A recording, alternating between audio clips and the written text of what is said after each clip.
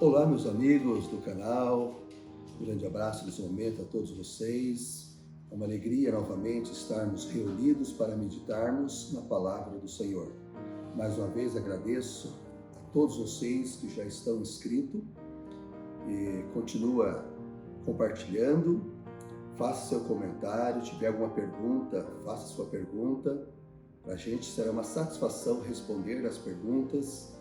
E você que não é inscrito ainda, se inscreva e ajuda assim a levar a palavra de Deus. Viva com Deus! Através da palavra estaremos conhecendo mais e mais os propósitos de Deus para a nossa vida. Através da Bíblia estaremos aprendendo mais e mais a verdade de Deus, a verdade pura, as sagradas Escrituras. Hoje nosso tema é bastante interessante. Passos que levam à salvação. Milhões de pessoas têm perguntado: o que eu devo fazer para ser salvo? O que eu devo fazer para ter a vida eterna? Uma pergunta muito interessante. E a Bíblia nos dá orientações como ser salvo, como ter o perdão para os nossos pecados.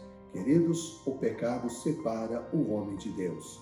O pecado só traz prejuízos. O pecado traz tristeza, sentimento de culpa. O pecado afasta nós do plano do Senhor.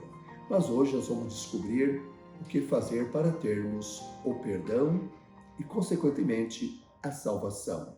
O primeiro texto está em Atos capítulo 16. Nesse capítulo 16, ali nós temos uma história muito linda de Saulo, de Paulo e também Silas. Esses dois servos do Senhor estavam pregando na cidade de Filipos e eles libertaram uma jovem de espírito de adivinhação. E os senhores dessa senhora tiveram grande rancor contra Paulo e Silas. Então levou Paulo e Silas às autoridades, fizeram acusações falsas sobre eles. Então Paulo e Silas foram açoitados e lançados no cárcere.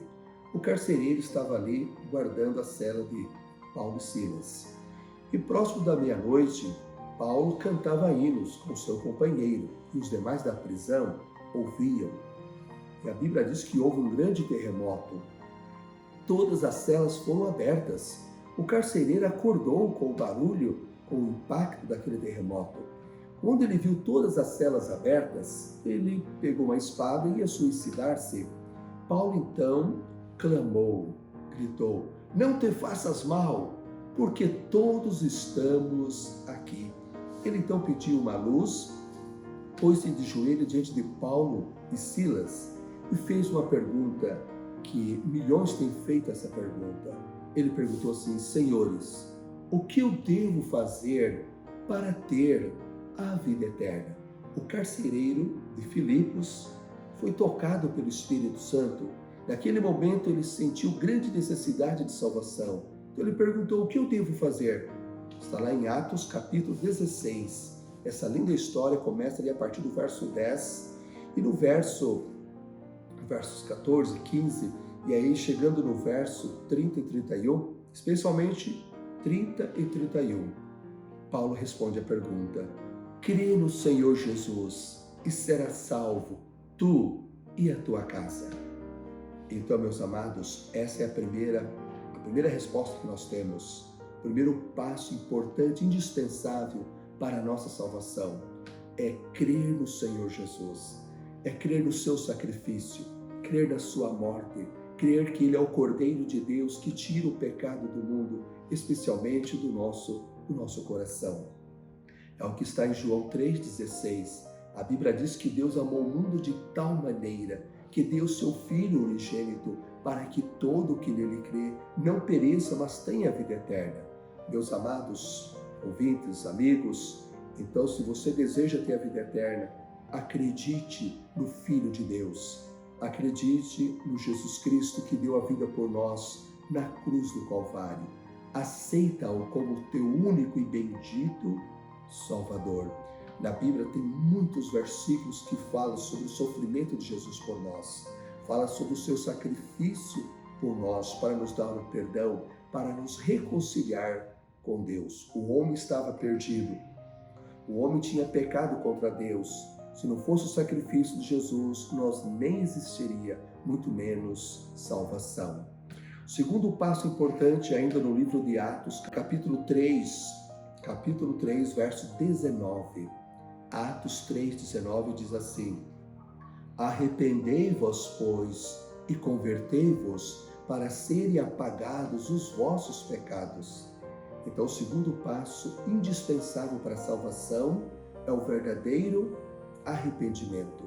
Mas o que é arrependimento? É mudança de vida, mudança de propósito, é tristeza pelo pecado e abandono do mesmo.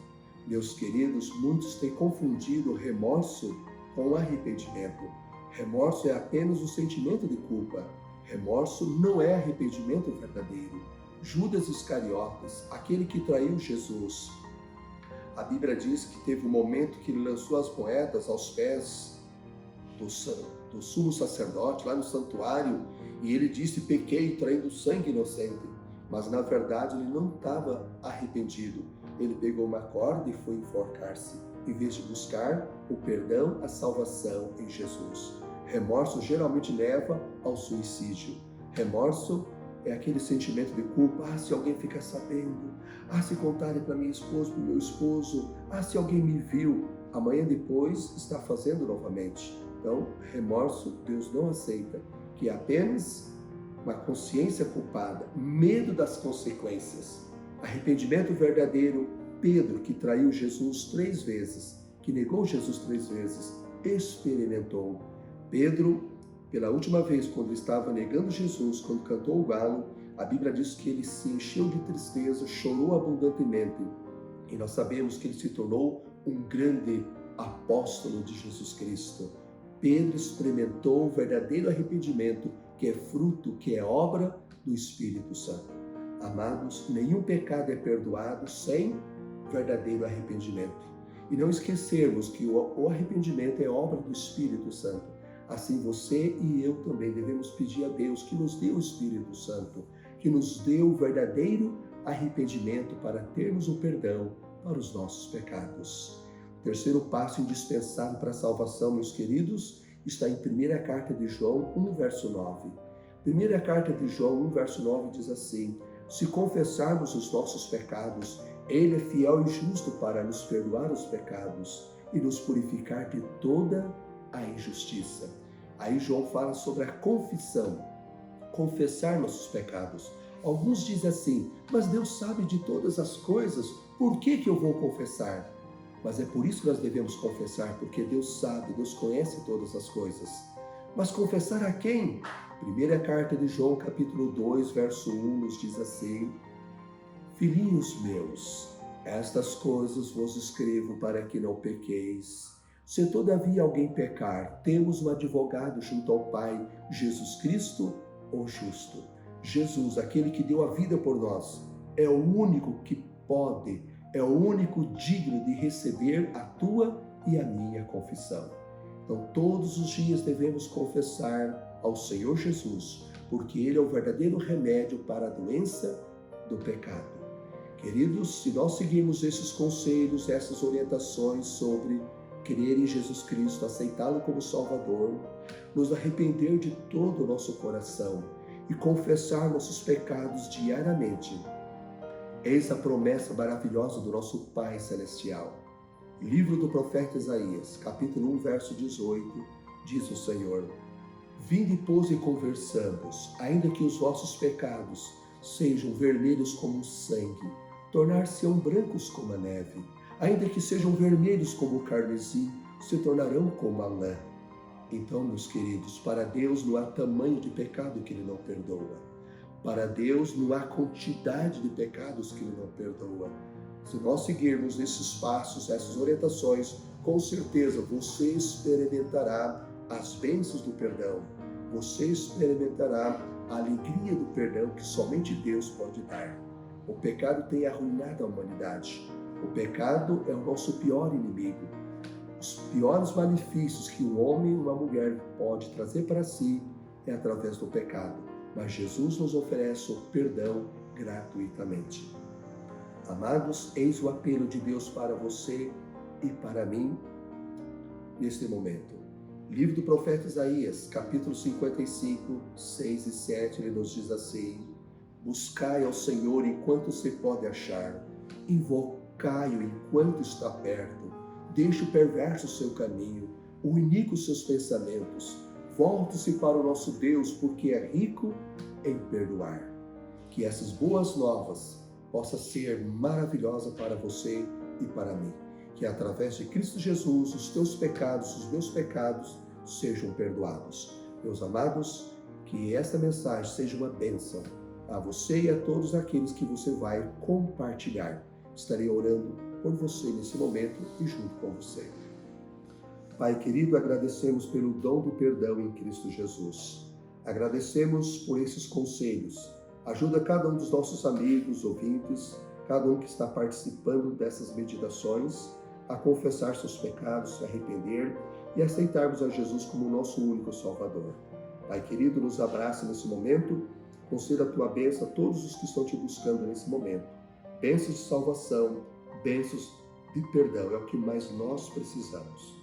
Cuida de todos nós, em nome de Jesus. Amém. Amém. Meus amados, muito obrigado e até o nosso próximo encontro com a graça de Jesus. Deus abençoe.